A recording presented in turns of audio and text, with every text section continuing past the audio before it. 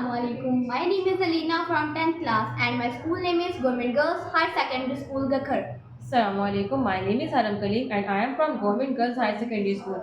I read in class 9. We define this model hybrid system.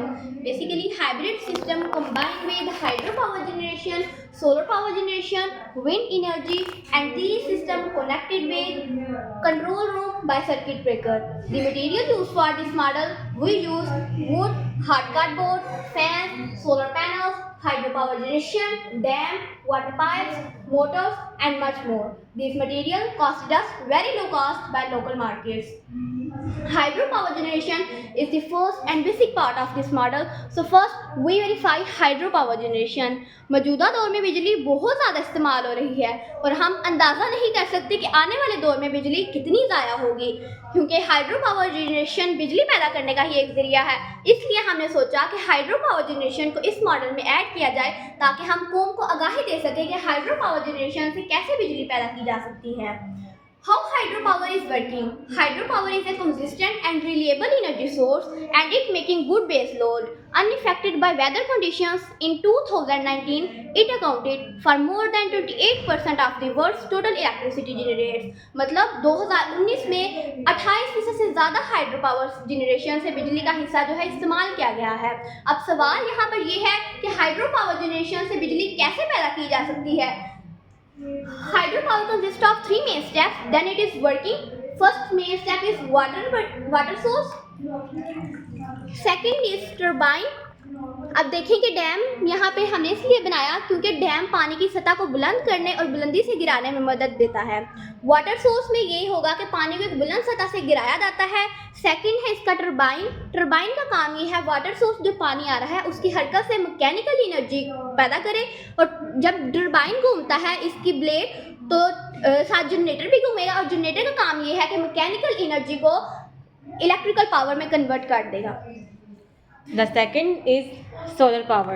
Solar power consists of three systems: solar panel, inverter, and mounting system.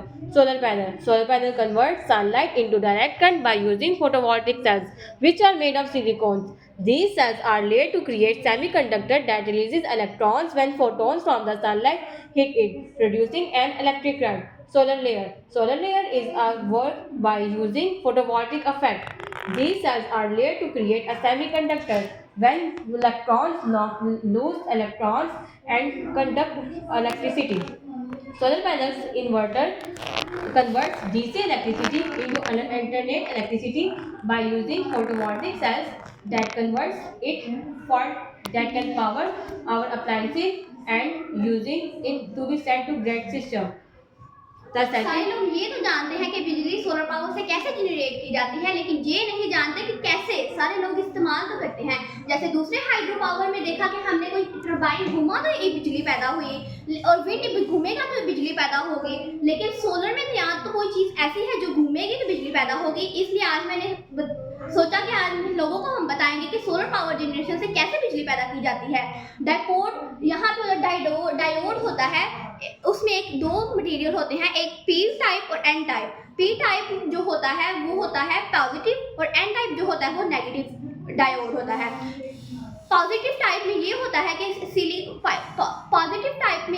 Silicon लिया जाता है और उसमें aluminium या gallium डाला जाता है, और ये होता है कि सिलिकॉन जब जम जाता है तो उसमें जो एल्यूमिनियम या गैलियम हमने डाला होता है वो जम जाता है और पॉजिटिव जो इलेक्ट्रॉन है उनको ज़्यादा जगह मिल जाती है। एन टाइप में ये होता है वो नेगेटिव होते हैं और उसमें हम सिलिकॉन में या तो ग्रेनियम डालते हैं या ऐसी कोई चीज़ डालते हैं जिससे जब सिलिकॉन जमता है तो जो ग्रेनियम होगा एन टाइप में उसमें इलेक्ट्रॉन साथ साथ होंगे, और पॉजिटिव में ये होगा कि इलेक्ट्रॉन जो उनमें ज़्यादा जगह होगी, और एन टाइप ये होगा कि उसमें ज़्यादा कम जगह होनी होगी। अब जो सोलर पावर जनरेशन है इसमें भी डायोड इस्तेमाल किया जाता है, और आप देखेंगे कि इसकी जो ऊपर सोलर प्लेट्स हैं ये एक पॉलीथीन की होती हैं, पोलोपॉलीथीन की होती हैं, और इसमें हम देखेंगे ऊपर एन टाइप होती है और नीचे इसकी जो हमें नज़र नहीं आ रही होती वो पी टाइप होती है।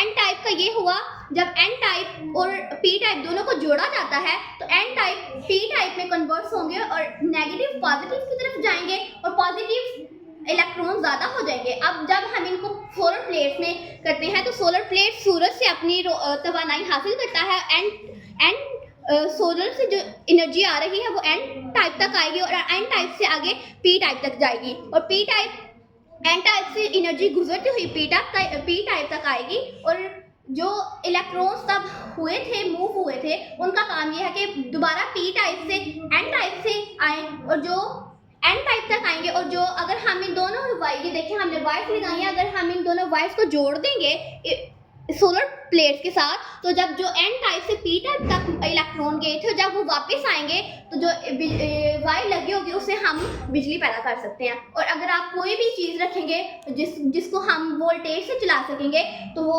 सोलर पावर चलाएगी। तीसरा हमारे पास विंड टरबाइन है। विंड टरबाइन की 5 पार्ट होते हैं: blades, generator, cable, computer system, shaft. Blades catch the wind and spin.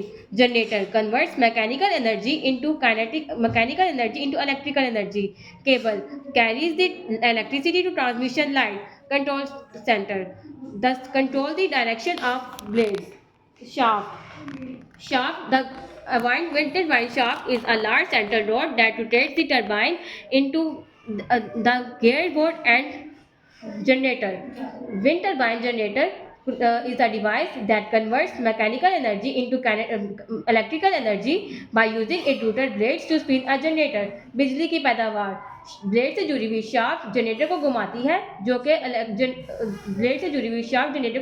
है जनरेटर मैकेनिकल एनर्जी को इलेक्ट्रिकल एनर्जी में तब्दील करता है जो कि ग्रिड सिस्टम में भेजी जाती है।